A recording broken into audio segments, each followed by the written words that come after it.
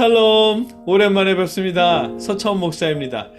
2주만 쉬겠다고 말씀드렸었는데 어느덧 11월도 거의 다 지났습니다. 아이고, 그간 건강하셨죠? 저도 건강히 잘 지냈습니다. 기다려 주시고 또 함께 기도해 주셔서 감사드립니다.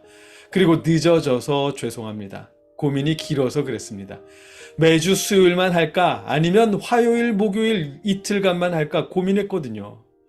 설교 준비하는 게 뭐가 힘들다고 라고 생각하실지도 모르겠는데, 사실 아침 말씀 한 편을 준비하는 시간이 묵상하는 시간이나 영상 편집하는 시간 빼고 설교문만 작성하는 시간만 평균 5시간이 걸립니다. 쓰고 고치고 하는 시간이요.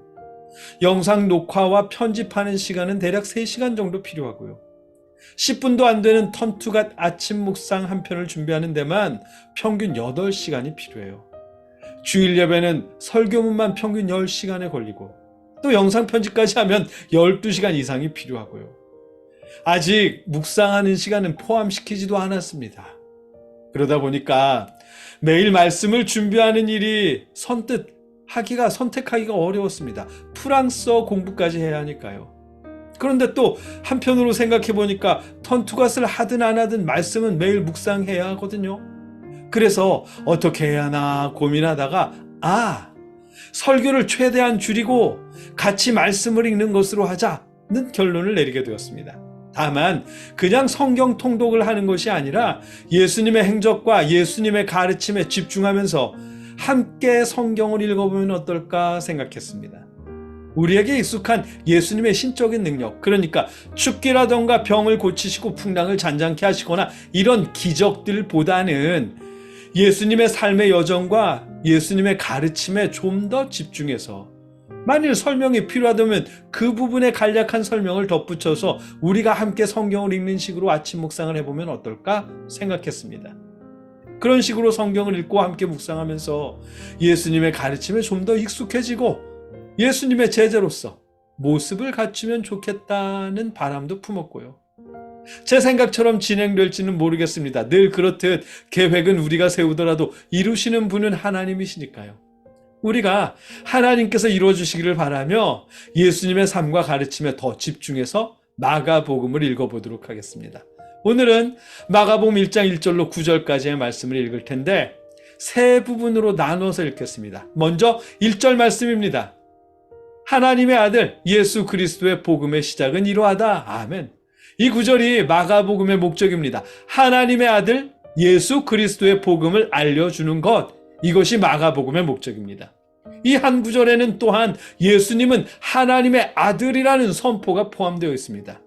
우리가 이제 마가복음을 읽으면서 이 기본적인 사실, 그러니까 예수님은 하나님의 아들이라는 사실과 마가복음은 하나님의 아들 예수 그리스도의 복음을 전하고 있다는 이 두 가지 사실을 기본적으로 간직하고 읽도록 하겠습니다. 이어서 2절부터 6절까지입니다. 함께 읽겠습니다. 예언자 이사야의 글에 기록하기를 보아라, 내가 내 심부름꾼을 너보다 앞서 보낸다. 그가 내 길을 닦을 것이다. 광야에서 외치는 이의 소리가 있다. 너희는 주님의 길을 예비하고 그의 길을 곧게 하여라 한 것과 같이 세례자 요한이 광야에 나타나서 죄를 용서받게 하는 회개의 세례를 선포하였다. 그래서 온 유대 지방 사람들과 온 예루살렘 주민들이 그에게로 나아가서 자기들의 죄를 고백하며 요단강에서 그에게 세례를 받았다. 요한은 낙타털옷을 입고 허리에 가죽띠를 띠고 메뚜기와 들꿀을 먹고 살았다. 아멘. 세례 요한은 선지자 이사야의 글, 이사야 40장 3절 말씀에서 예언한 심부름꾼이랍니다. 메시아의 길을 예배하라고 보내진 사람이랍니다.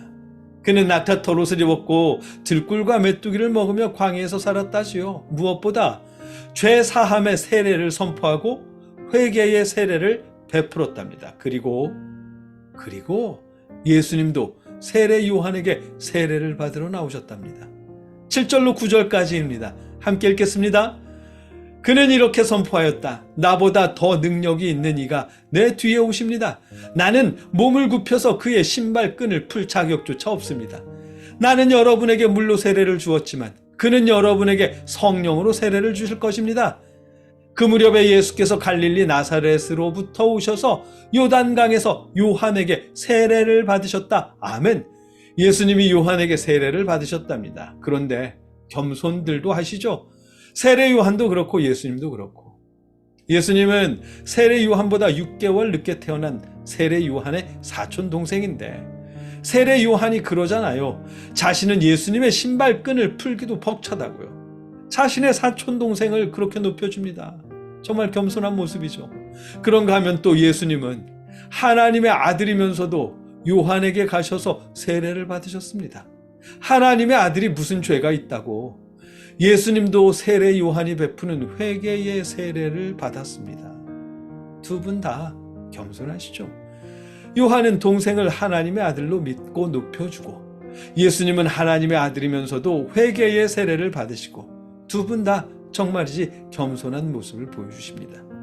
하긴 상대방을 높인다고 해서 자신이 상대방보다 낮아지는 건 아니죠.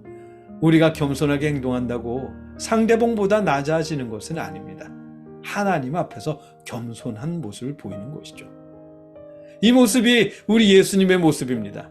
혹시나 여러분 중에 난 정말로 정직하고 성실하고 의롭게 살았는데 내가 회개할 게 뭐가 있다고 라는 생각이 드는 분이 계시다면 예수님도 겸손하게 죄사함의 세례를 받으셨다는 걸 기억하시길 바랍니다. 오늘은 여기까지입니다. 처음 시간이라 조금 길었는데 내일부터는 조금 짧아질 듯합니다. 여러분의 오늘이 우리 주님께서 함께 하시는 평안하고 좋은 날이길 기원합니다. 함께 기도하겠습니다. 사랑의 아버지 하나님, 우리가 마가복음을 시작합니다. 주님의 발자취와 가르침에 초점을 두고 읽으려 합니다. 하나님, 이루어 주시옵소서. 우리가 말씀을 읽으면서 주님의 모습을 발견할 수 있도록, 그리고 함께 하시는 주님을 느낄 수 있도록 우리 마음을 열어 주시옵소서.